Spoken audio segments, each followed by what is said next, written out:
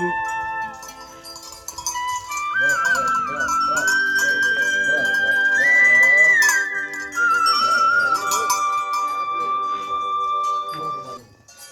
मी प्राचार्य डॉक्टर सुभाष गवई आज एका वेगळ्या विषयाला घेऊन तपोनचा अध्यक्ष म्हणून आपल्या समोर आलेलो आहे. खरं म्हणजे आज अशा ठिकाणी आपण उभे आहोत. तपोन दाजीसाहेबांचं असं एक आदर्श गाव, असं ग्राम की ज्या ग्रामामध्ये नाकारलेले, उपेक्षिलेले अशा पृष्ठबांधांपासून तर आदिवासी परित्यक्त्या महिलांपर्यंत प्रत्येकाच्या पुनर्वसनाचा आणि विकासाचा आणि त्यांचा आत्मविश्वास वृद्धिंगत करण्याचा उपक्रम राबवला जातो. पण यासोबत आणखी काही प्रकल्प तपोन या संस्थेमध्ये चालतात आणि त्यातला महत्त्वाचा एक प्रकल्प जो आहे तो आहे गायधनाचा. आमच्याकडे आज जवळपास 35 या ठिकाणी गायधन आहेत. त्यामध्ये 9-10 म्हशी आहेत, 9-10 गायी आहेत आणि मग इतर जनावरं देखील आपल्याला पाहायला मिळतात. याचा मूळ प्रश्न काय, मी आत्ता म्हणालो की नाकारलेल्या उपेक्षिलेल्या लोकांचं हे खरं म्हणजे नंदनवन आहे. दाजीसाहेबांनी उभ्या केलेल्या या व्यवस्थेमध्ये गावधनाचा देखील गायधनाचा देखील विचार आणि गायधनाच्या माध्यमातून या जनावरांचं संगोपन करण्याची एक महत्त्वाची जबाबदारी ही संस्थेने घेतलेली आहे.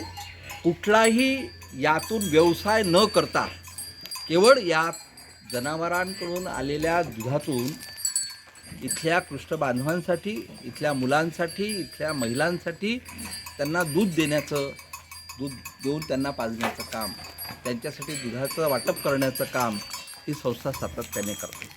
1 रुपयाचाही फायदा नसताना देखील या गायधनाला सांभाळण्याची जबाबदारी या पद्धतीने संस्थेने उचललेली आहे.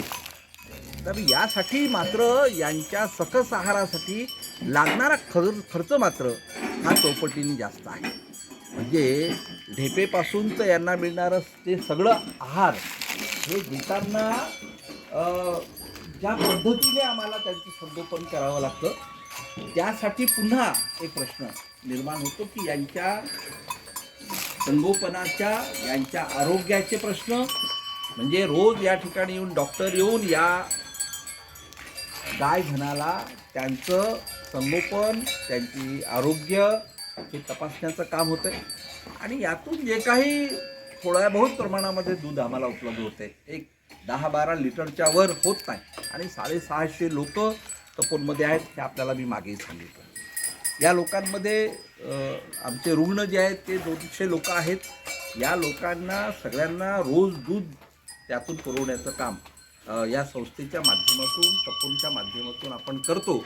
आणि हे करत असताना मात्र यांचं मात्र संगोपन झालं पाहिजे, यांचं राखण झालं पाहिजे. याच्यामध्ये असलेल्या भाकड गायी आहेत त्यांना पुन्हा उभं करण्याचं काम, त्यांना सुदृढपणे जगवण्याचं काम देखील संस्था ही या ठिकाणी काम करते. आणि हे काम करत असताना ही सगळी माणसं माझी जी तपोनमध्ये आहेत, तपोनचे पृष्ठमुक्त असे बांधव आहेत, भगिनी आहेत, हे ते काम सतत करत राहतं. आणि यातून खरं म्हणजे हे वाढतं आहे सगळं. आणि हे वाढत असणारं गायधन, इथले जनावरं यांचं संगोपन करण्याचं एक वेगळं आव्हान, खरं म्हणजे एक चॅलेंज. म्हणजे मी तुम्हाला सुरुवात करताना असं सांगितलं होतं की संस्थेचे प्रश्न काही वेगळे आहेत. तपोनला मदतीचं, सहकार्याची गरज का आहे याचं उत्तरच यात आहे की इथे केवळ प्रश्न आणि प्रश्न आहेत. हे प्रश्नांचं अनेक प्रश्न आणि त्या प्रश्नांना एकत्रितपणे सोडवण्याची जबाबदारी आणि काम नियामक समिती, कार्यकर्त्यांसहित सगळे लोक एकत्र मिळून करण्याचा आम्ही प्रयत्न करतो. लोक वर्गणीतून, लोक सहभागातून, लोक मदतीतून खरं म्हणजे हा जगन्नाथाचा रथ पुढे रेटण्याचं काम आमच्या प्रयत्नातून आम्ही करतो आहोत. नम्रपणे पुन्हा विनंती आहे की हे आज तुम्हाला मी मुद्दाहून या ठिकाणी घेऊन आलो, हा परिचय द्यायला घेऊन आलो, हे दाखवायला घेऊन आलो. याचं कारण असं की ही एक बाजू आमची अशी आहे. म्हणजे एकीकडे आदिवासी मुलांचं संगोपनाचा भाग आहे, दुसरीकडे कृष्णबांधवांच्या नाकारलेल्या उपेक्षितल्या थिट्या हातांच्या उद्योगाला चालना देण्याची जबाबदारी आमच्याकडे आहे. तिसरीकडे दवाखान्यातून रुग्णांना बरं करण्याची जबाबदारी आमच्याकडे आहे. परित्यक्त्या आणि विधवा महिलांच्या त्यांच्या उदरनिर्वाहाचा आणि पुनर्वसनाच्या प्रयत्नांचे काम म्हणून आम्ही हे सगळं घेतो. आणि यासोबतच आणखी एक जो परिचय आज आपल्याला व्हावा अशी माझी स्वतःची इच्छा होती की हे आपल्याला माहीत असावं की तपोवनमध्ये आणखी काय काय प्रकल्प आम्ही लोक राबवतो, कशा कशा पद्धतीने करतो, कुठे कष्ट आणि ज्या महेत प्रयासांनी हे सगळं चालवल्या जाते. कारण 32-33 इथे गायधन असलं, जनावरं असले तरी त्यातून मिळणारं उत्पन्न मात्र शून्य आहे. कुठलाही व्यवसाय नाही, कुठल्याही प्रकारची याची विक्री करण्याचं काम ही संस्था करत नाही अजिबात. इथलं दूध देखील, इथलं तूप, इथलं दही हे बाहेर कुठेही विक्रीला जात नाही. हे देखील नम्रपणे मला आपल्याला सांगितलं पाहिजे. जे काही निर्माण होते ते केवळ आणि केवळ आपण इथल्याच लोकांसाठी ते देण्याचं काम आणि त्यांना सक्षम करण्याचं काम देखील या माध्यमातून आपण करतो. आणि म्हणून माझी पुन्हा या निमित्तानं हा परिचय आपल्याला झाला.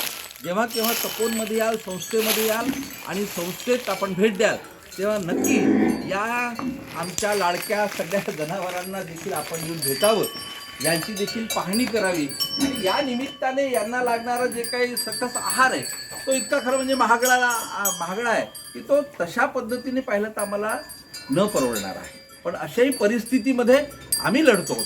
आमची भूमिका मात्र प्रामाणिक आहे. आमची भूमिका ही आहे की आपण हे काम करत राहिलं पाहिजे. आणि या निमित्ताने या जनावरांचं संगोपन होतं आहे. कारण दाजीसाहेबांनी हे जे सगळं करून ठेवलं याचं राखण करणं, याची जबाबदारी स्वीकारणं आणि याला सेवेच्या रूपाने आम्ही पुढाकार घेऊन काम करणं आता आमचे व्रत आहे. आणि हे व्रत घेऊन या माध्यमातून आम्ही लोक काम करतो. आपल्याला पुन्हा एकदा विनंती करायला मी या ठिकाणी आहे की आपण या कामामध्ये देखील सढळ हाताने मदत करावी.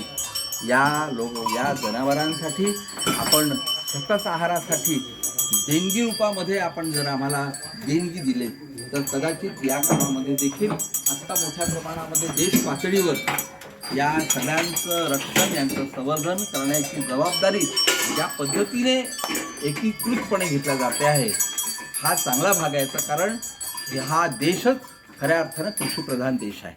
ही जनावरं नाहीत, आमच्यासाठी ही देखील मित्र आहेत, हे देखील आमचे सहकारी आहेत असं मानणाऱ्यांपैकी आपण एक आहोत. आणि म्हणून यांच्या या सगळ्या संगोपन करण्याची जबाबदारी संस्थेने घेतली आणि ती ज्या पद्धतीने आम्ही काम करतो त्याचा परिचय आपल्याला व्हावा यासाठी आज आपली भेट या ठिकाणी घडवून आणली. पुढच्या टप्प्यामध्ये पुन्हा मी एका नवीन ठिकाणी आपल्याला संस्थेचा परिचय, संस्थेचा प्रश्न आणि संस्था करत असलेल्या कामामध्ये असलेला समर्पण भाव हा मी आपल्यासमोर घेऊन येईल. तोपर्यंत आपली भेट पुन्हा करण्यासाठी मी आपली वाट पाहतो. खरं म्हणजे नमस्कार.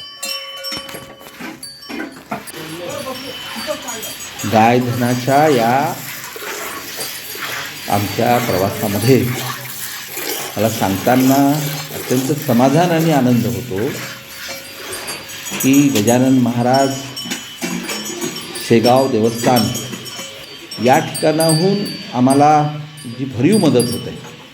खरं म्हणजे असं म्हणायला हरकत नाही की या कामामध्ये जे काही प्रोत्साहन आम्हाला मिळालं, जी काही मदत आम्हाला होते आणि जे काही पाठराखण आमची केली जाते त्यात गजानन महाराज शेगाव संस्थानाचा मोठा सहभाग राहिला आहे. मनापासून मी त्यांना, संस्थेचा अध्यक्ष या नात्याने त्यांचे आभार व्यक्त करतो की त्यांनी आम्हाला जर हे बळ दिलं नसतं तर कदाचित या जनावरांना, या गायधनाला जोपासण्याची जबाबदारी ही अधिक कष्टप्रद झाली असती असं मला व्यक्तिगत वाटते. आणि म्हणून या ठिकाणी आवर्जून हा उल्लेख मी केला पाहिजे की गजानन महाराजांच्या कृपेने आणि शेगावी संस्थानाने केलेल्या भरीव सहकार्यावर या कामाचं संगोपन करण्याची जबाबदारी संस्थेने स्वीकारलेली आहे.